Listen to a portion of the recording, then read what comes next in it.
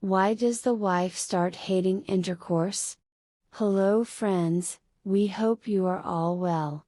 During intercourse with his wife, if the man gets relief early, and the woman does not get relief because the woman is usually cold and calm, and her organs take a long time to get sexual pleasure, so the woman's ejaculation take too long to happen. A man has a hot nature compared to a woman, his sexual organs gets hot quickly, so he gets relief early.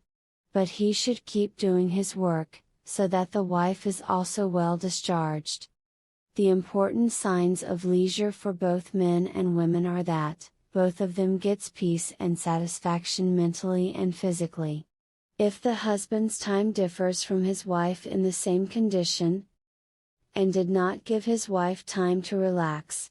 So, because of the lack of satisfaction in the wife's heart, hatred arises instead of love.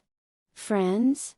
If the husband does this every time, and leaves his wife in the middle, and cannot relieve her, nor give her mental and sexual peace, then there is a danger that the wife will find someone else to fulfill her desire. Friends, if you like these facts, do share them with your friends, and subscribe to this channel to stay connected with us. Thanks for watching.